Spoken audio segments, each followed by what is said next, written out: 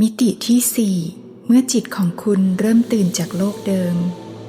คุณยังคงใช้ชีวิตอยู่ในโลกใบเดิมแต่บางอย่างในตัวคุณกลับไม่เหมือนเดิมอีกต่อไปแล้วเคยไหมคะวันหนึ่งคุณตื่นขึ้นมาแล้วพบว่าสิ่งที่เคยสำคัญกับคุณมากกลับไม่ได้สำคัญเหมือนเดิมคุณเริ่มไม่อยากแข่งขันกับใครไม่อยากพิสูจน์ตัวเองให้ใครเห็นไม่อยากอยู่ในความสัมพันธ์ที่ทำให้หัวใจต้องเหนื่อยอยู่ตลอดเวลาเสียงของคนอื่นเริ่มมีความหมายกับคุณน้อยลงแต่ในขณะเดียวกันคุณกลับอยากฟังเสียงเล็กๆที่อยู่ข้างในตัวเองมากขึ้นคุณอาจยังอยู่บ้านหลังเดิมทำงานเดิมพบเจอผู้คนเดิมๆยังต้องหาเงินยังต้องรับผิดชอบชีวิตและยังคงใช้ชีวิตอยู่บนโลกใบเดิมแต่คนที่กำลังมองโลกใบนี้ไม่ใช่คนเดิมอีกแล้ว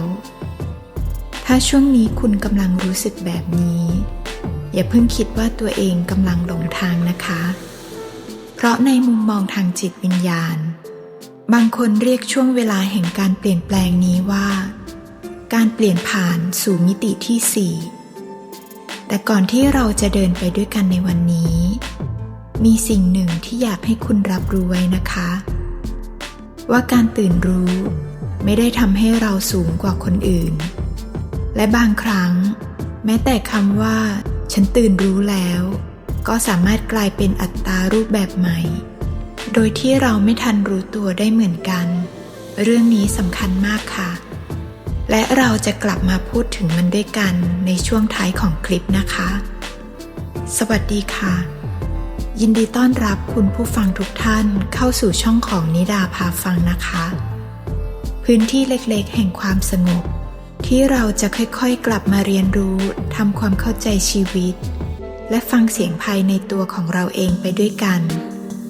จากตอนที่แล้วเราได้พูดถึงแนวคิดเรื่องโลกมนุษย์มิติที่ 3โลกแห่งตัวตนความกลัวการแข่งขันการเปรียบเทียบการยึดติดการเอาชนะและบทเรียนต่างๆที่เราได้พบผ่านการใช้ชีวิตวันนี้เราจะเดินต่อไปอีก1 ก้าวค่ะเข้าสู่แนวคิดที่หลายคนเรียกว่ามิติที่ 4แต่ก่อนอื่นนิดาอยากขอชี้แจงให้ชัดเจนก่อนนะคะว่าคำว่ามิติที่ 4ในคลิปนี้เป็นการพูดในบริบทของแนวคิดทางจิตวิญญาณใช้เป็นภาพแทนของการเปลี่ยนแปลงระดับการรับรู้ภายในของเราไม่ใช่การกล่าวถึงมิติทางฟิสิกส์หรือการอ้างว่าสิ่งเหล่านี้เป็นข้อเท็จจริงทางวิทยาศาสตร์ที่ได้รับการพิสูจน์แล้วเพราะฉะนั้นคุณไม่จำเป็นต้องเชื่อทุกสิ่งที่นิดาพูดค่ะเพียงแค่รับฟังอย่างเปิดใจและในระหว่างที่ฟังลองถามตัวเองเบาๆว่ามีส่วนไหนของเรื่องนี้ที่กำลังสะท้อนบางอย่างในชีวิตของฉันอยู่หรือเปล่าเพราะบางทีสิ่งสำคัญที่สุดของการเดินทางทางจิตวิญญาณอาจไม่ใช่การรู้ว่าเราอยู่มิติไหนแต่อาจเป็นการรู้ว่าเรากำลังกลายเป็นคนแบบไหนจากทำไมต้องเกิดขึ้นกับฉันไปสู่สิ่งนี้กำลังสอนอะไรฉันในช่วงหนึ่งของชีวิตเมื่อบางอย่างไม่เป็นอย่างที่เราต้องการเรามักถามว่าทำไมเรื่องนี้ต้องเกิดกับฉันทำไมเขาถึงทำกับฉันแบบนี้ทำไมชีวิตไม่ยุติธรรมเลยคำถามเหล่านี้ไม่ผิดนะคะเพราะเมื่อเราเจ็บเราย่อมอยากรู้ว่าทำไมเราถึงต้องเป็นคนที่เจ็บแต่เมื่อการรับรู้ภายในเริ่มเปลี่ยนไปคำถามของเราอาจค่อยๆเปลี่ยนตามไปด้วยจากทำไมเรื่องนี้ต้องเกิดขึ้นกับฉันกลายเป็นสิ่งที่เกิดขึ้นนี้กำลังพยายามสอนอะไรฉันความผิดหวังอาจไม่ได้มีเพียงความเสียใจอยู่ในนั้นแต่อาจกำลังทำให้เราเห็นว่าเรากำลังยึดติดกับอะไรอยู่การสูญเสียอาจกำลังทำให้เราถามตัวเองว่าฉันสามารถรักโดยไม่จำเป็นต้องครอบครองได้ไหมความสัมพันธ์ที่จบลง จไม่ได้หมายความว่าใครเป็นผู้ชนะหรือใครเป็นผู้แพ้แต่อาจทำให้เราถามตัวเองว่าการพบกันครั้งนี้ได้สอนอะไรเกี่ยวกับตัวเราบ้างและนี่อาจเป็นหนึ่งในการเปลี่ยนแปลงที่สำคัญมากค่ะจากการพยายามต่อสู้กับชีวิตทุกอย่างค่อยๆเปลี่ยนไปสู่การเรียนรู้จากชีวิตคุณเริ่มไม่จำเป็นต้องพิสูจน์ตัวเองกับทุกคนเมื่อก่อนถ้ามีใครเข้าใจเราผิดเราอาจรีบอธิบายถ้าไม่มีใครชอบเราอาจพยายามทำทุกอย่างเพื่อให้เขาเปลี่ยนใจถ้ามีใครดูถูกเราอาจอยากพิสูจน์ว่าสักวันหนึ่งฉันจะทำให้เธอเห็นว่าเธอคิดผิดแต่เมื่อวันหนึ่งเราเริ่มรู้จักตัวเองมากขึ้นบางอย่างจะค่อยๆเปลี่ยนไปค่ะเราอาจยังรู้สึกเสียใจเมื่อถูกเข้าใจผิด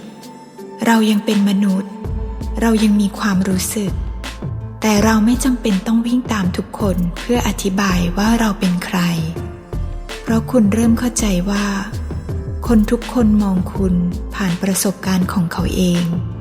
และคุณไม่สามารถควบคุมภาพของคุณที่อยู่ในใจของทุกคนได้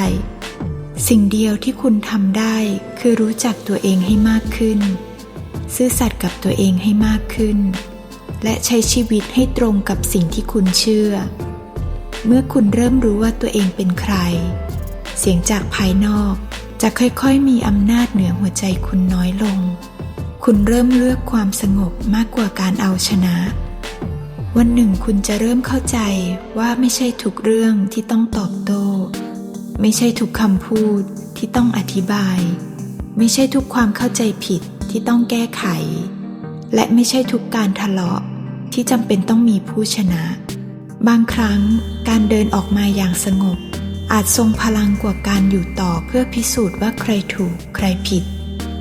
แต่นี่ไม่ได้หมายความว่าเราต้องยอมให้ใครทำร้ายเรานะคะความสงบไม่ใช่การไม่มีขอบเขตการให้อภัยไม่ได้หมายความว่า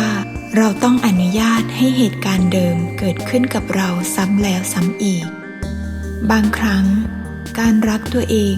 ก็คือการพูดคำว่าพอแล้วอย่างสงบเพราะคุณเริ่มเข้าใจว่าพลังเวลาและความสงบในหัวใจของคุณมีคุณค่าและคุณไม่จำเป็นต้องใช้มันกับทุกการต่อสู้ที่ผ่านเข้ามาในชีวิตคุณเริ่มมองเห็นอารมณ์โดยไม่ต้องกลายเป็นอารมณ์นั้นอีกสิ่งหนึ่งที่อาจเกิดขึ้นเมื่อการตระหนักรู้ภายในเพิ่มขึ้นก็คือคุณเริ่มมองเห็นอารมณ์ของตัวเองค่ะเมื่อก่อนเวลาโกรธเราอาจรู้สึกเหมือนว่าฉันคือความโกรธนี้เวลาเศร้าเราอาจรู้สึกเหมือนว่าโลกทั้งใบกลายเป็นความเศร้าเวลาเรากลัวเราก็อาจเชื่อทุกสิ่งที่ความกลัวกำลังบอกเราแต่เมื่อเราฝึกสังเกตตัวเองมากขึ้นเราจะเริ่มพูดได้ว่าตอนนี้ฉันกำลังรู้สึกโกรธตอนนี้มีความกลัวเกิดขึ้นในใจของฉันความแตกต่างเล็กๆนี้สำคัญมากนะคะเพราะมันทำให้เราเริ่มเห็นว่าอารมณ์เป็นสิ่งที่เรากำลังสัมผัสแต่อารมณ์ไม่ใช่ตัวตนทั้งหมดของเราความโกรธมาได้และก็ผ่านไปได้ความเศร้าเกิดขึ้นได้และเปลี่ยนแปลงได้ความกลัวสามารถอยู่กับเราได้แต่เราไม่จำเป็นต้องมอบพวงมาลัยของชีวิตให้ความกลัวเป็นคนขับแทนเราและนี่ไม่ใช่การปฏิเสธอารมณ์นะคะตรงกันข้ามเลยค่ะเราอนุญาตให้ตัวเองรู้สึกแต่ในขณะเดียวกันเราก็เรียนรู้ที่จะไม่จมหายไปกับมันคุณอาจเริ่มไวต่อผู้คนและสถานที่มากขึ้นคุณเคยไหมคะเข้าไปในสถานที่แห่งหนึ่งแล้วรู้สึกเหนื่อยอย่างบอกไม่ถูกหรืออยู่กับใครบางคนแล้วรู้สึกว่าตัวเองต้องระวังทุกคำพูดแต่กับบางคนเพียงนั่งอยู่ด้วยกันไม่กี่นาทีกลับรู้สึกสบายใจอย่างประหลาดสิ่งเหล่านี้มักถูกอธิบายด้วยคำว่าพลังงาน แต่นิดาอยากชวนให้เรามองอย่างมีสติด้วยนะคะเพราะเราไม่จำเป็นต้องตีความทุกความรู้สึกว่าเป็นเรื่องเหนือธรรมชาติเสมอไปบางครั้งร่างกายและจิตใจของเราอาจกำลังรับรู้สิ่งเล็กๆมากมายน้ำเสียงสีหน้าท่าทางความตึงเครียดความปลอดภัยบรรยากาศที่เราอาจยังจำได้อยู่โดยไม่รู้ตัวสิ่งสำคัญจึงไม่ใช่การกลัวทุกสิ่งที่เรารู้สึกแต่คือการเรียนรู้ที่จะฟังตัวเองอย่างมีสติถามตัวเองว่าฉันกำลังรู้สึกอะไรทำไมฉันถึงรู้สึกแบบนี้สิ่งนี้กำลังบอกอะไรเกี่ยวกับความต้องการหรือขอบเขตของฉันหรือเปล่าการฟังตัวเองไม่จำเป็นต้องนำเราไปสู่ความกลัวค่ะมันสามารถนำเรากลับมาสู่ความเข้าใจตัวเองได้คุณเริ่มอยากอยู่กับความเงียบมากขึ้นเมื่อก่อนความเงียบอาจทำให้เรารู้สึกไม่สบายใจเราต้องหยิบโทรศัพท์ขึ้นมาต้องเปิดเพลงต้องมีคนคุยต้องมีบางอย่างให้ดูตลอดเวลาเพราะทันทีที่ทุกอย่างเงียบเราจะเริ่มได้ยินสิ่งที่อยู่ข้างในและบางครั้งสิ่งนั้นอาจเป็นสิ่งที่เราไม่อยากเผชิญแต่เมื่อเราเริ่มรู้จักตัวเองมากขึ้นความเงียบจะค่อยๆเปลี่ยนความหมายมันไม่ใช่ความว่างเปล่าอีกต่อไปความเงียบกลายเป็นพื้นที่ให้เราหายใจพื้นที่ให้เราไม่ต้องแสดงอะไรพื้นที่ให้เราไม่ต้องเป็นคนที่ใครคาดหวังและในความเงียบนั้นเราอาจได้พบกับตัวเองคนที่อาจถูกเสียงของโลกกลบไว้มานานมากแล้วแต่การเปลี่ยนแปลงภายในไม่ได้หมายความว่าเราต้องทำลายชีวิตเดิมตรงนี้สำคัญมากนะคะเพราะเมื่อเราเริ่มรู้สึกว่าตัวเองเปลี่ยนไปบางคนอาจรีบคิดว่าฉันต้องออกจากงานหรือเปล่าฉันต้องตัดทุกคนออกจากชีวิตไหมความสัมพันธ์นี้ต้องจบทันทีหรือเปล่า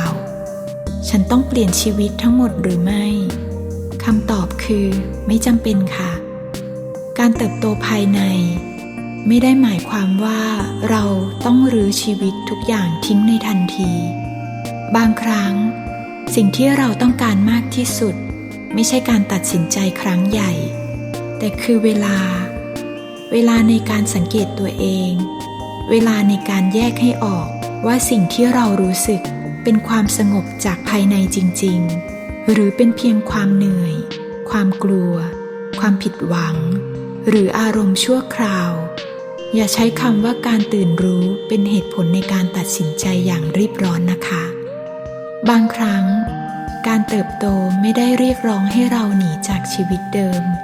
แต่เรียกร้องให้เรากลับไปมองชีวิตเดิมด้วยสายตาใหม่มิติที่ 4ไม่ใช่การหนีออกจากโลกเราไม่จำเป็นต้องเลิกทำงานไม่จำเป็นต้องเลิกหาเงินไม่จำเป็นต้องไม่มีความต้องการไม่จำเป็นต้องตัดขาดจากผู้คนทั้งหมดและไม่จำเป็นต้องกลายเป็นคนที่สงบตลอด24ชั่วโมงเรายังคงเป็นมนุษย์ค่ะเรายังหัวเราะยังร้องไห้ยังเหนื่อยยังโกรธยังกลัวยังเสียใจและยังมีวันที่สับสน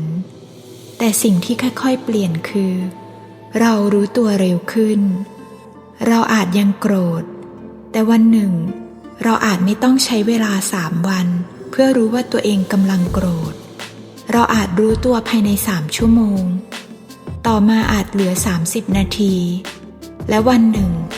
บางทีเราอาจสังเกตมันได้ในขณะที่ความโกรธกำลังเกิดขึ้นเลยด้วยซ้ำเราอาจยังกลัวแต่เริ่มรู้ว่าความกลัวไม่จำเป็นต้องเป็นคนตัดสินใจแทนเราอาจยังเสียใจแต่ไม่เชื่ออีกแล้วว่าความเสียใจครั้งนี้จะอยู่กับเราตลอดไปนี่อาจเป็นการเปลี่ยนแปลงที่แท้จริง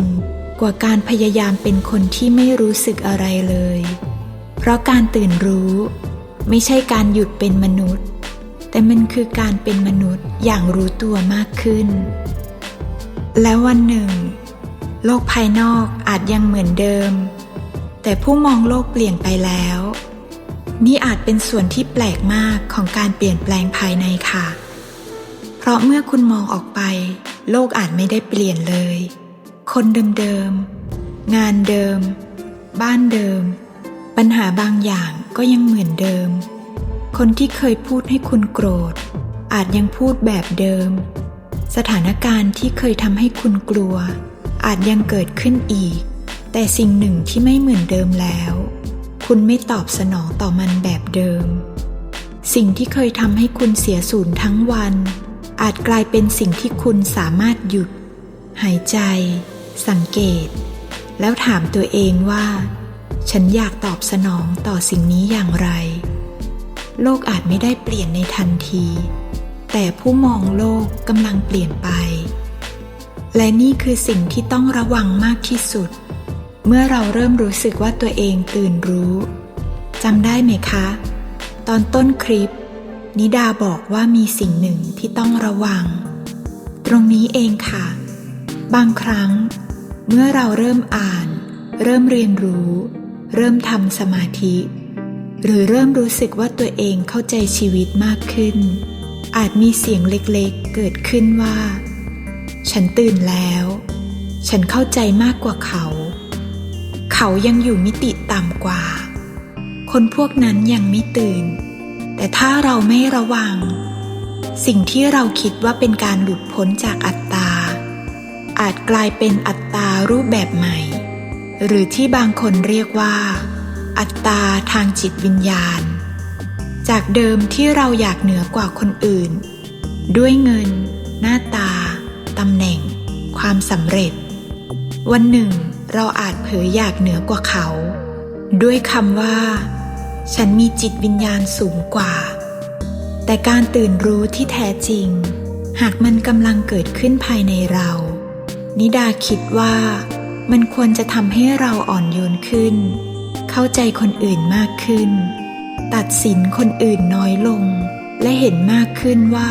ทุกคนกำลังเดินทางผ่านบทเรียนที่แตกต่างกันเราไม่จำเป็นต้องอยู่ในจุดเดียวกันไม่จำเป็นต้องเชื่อเหมือนกันและไม่จำเป็นต้องตื่นในเวลาเดียวกัน